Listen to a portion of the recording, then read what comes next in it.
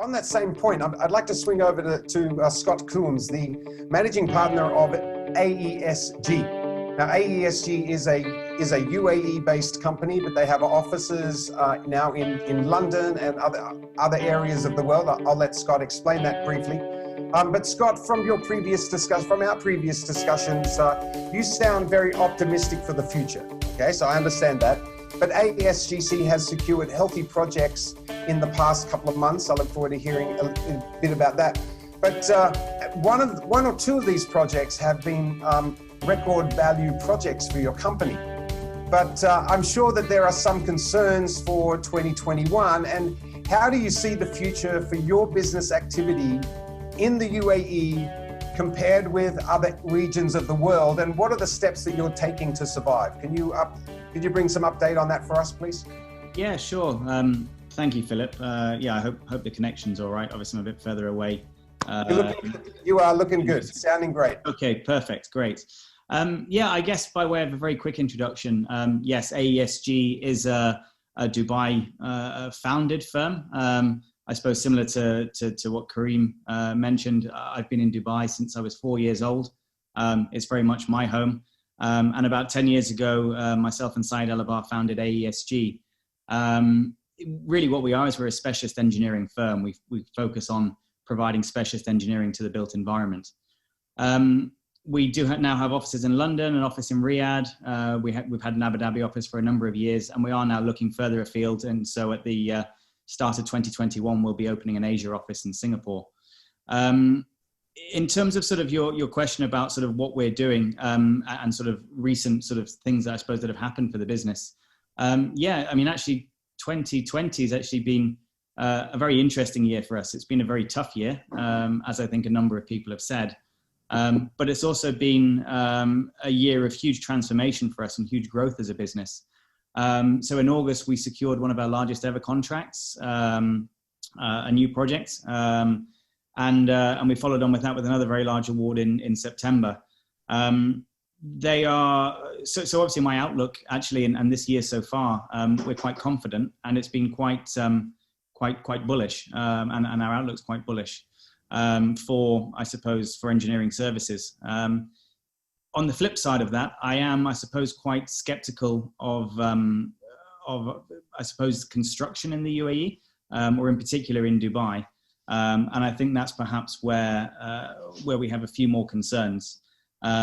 So when I talk about these awards that happened and sort of the record awards, most of that has been in Saudi Arabia. We started this year with a 2020 business plan where no more than 37% of our business was going to be actually in Saudi Arabia. And actually we're seeing that now well over 50% and probably going beyond that. But I think probably to maybe echo some of the points that others have said, it is a time for huge transformation. And I think that needs to happen through things like digitization of our businesses by looking at different services. And I think we all need to be fighting at the moment. And I think that fighting needs to happen quite quickly. I don't think we can sit around looking at our toes and wait to see what happens.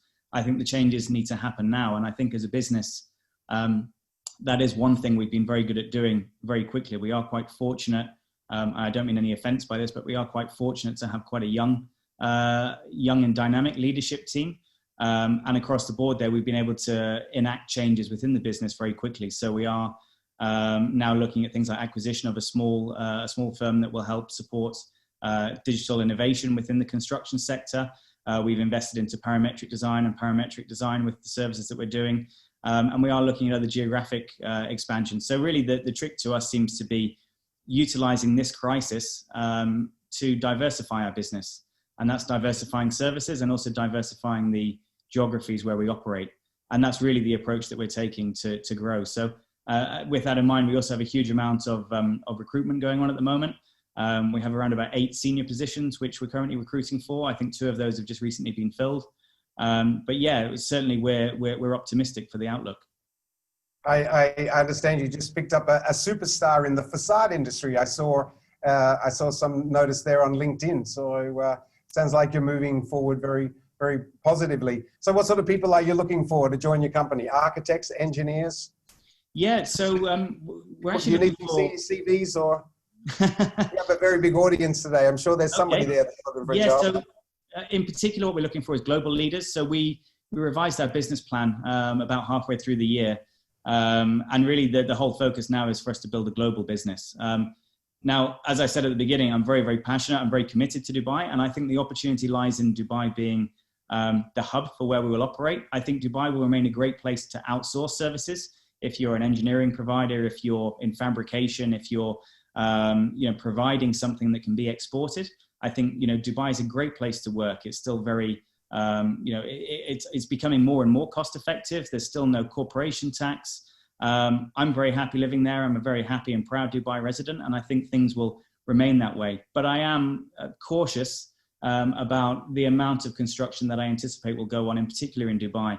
But the sort of roles that we're looking for are global leads. So sort of a global lead for our facade sector, global leads within things like fire and life safety. We have already global leads in place for environmental services, sustainability services. But yeah, so generally it's sort of engineering, very senior engineering roles in particular. So what are some of the changes that you think you might see in the future for project design? You're saying that you're concerned, and that's because I believe that there will be less projects. Less projects increases competition, and increased competition drives price downward.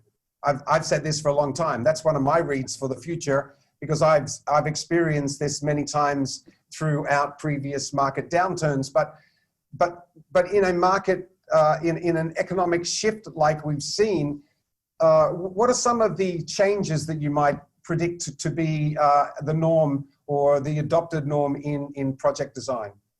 Yeah, I think that's a good question. I think the real big one, and this was touched on earlier, was sort of things like modular construction.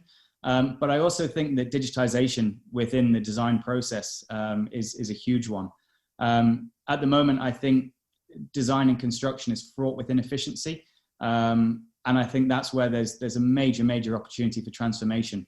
In particular, if you take sort of the design process at the moment, we typically go out, we have a new plot of land, we look to design whether it's hotel, sort of commercial space, residential space in there, and kind of start with a blank sheet of paper. That needs to change and that needs to adapt. We're still very much designing and building buildings the same way we did 100 years ago. Even with things like CAD and then BIM, we're now just producing more documentation, but not becoming more efficient with the way we actually design and construct. And so the big changes I see here is a lot more repetition through design, with companies like Google and Amazon investing more and more into real estate.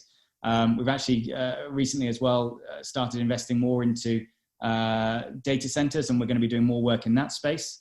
And that's somewhere where we're seeing these sort of tech giants really revolutionize their approach to construction through repetition, through things like parametric tools to rationalize designs, minimize waste, to be able to reuse a design but repurpose it somehow to actually create more buildings, but not having to go back to the drawing boards and square one every single time that you do it. That's somewhere where we see a lot of potential.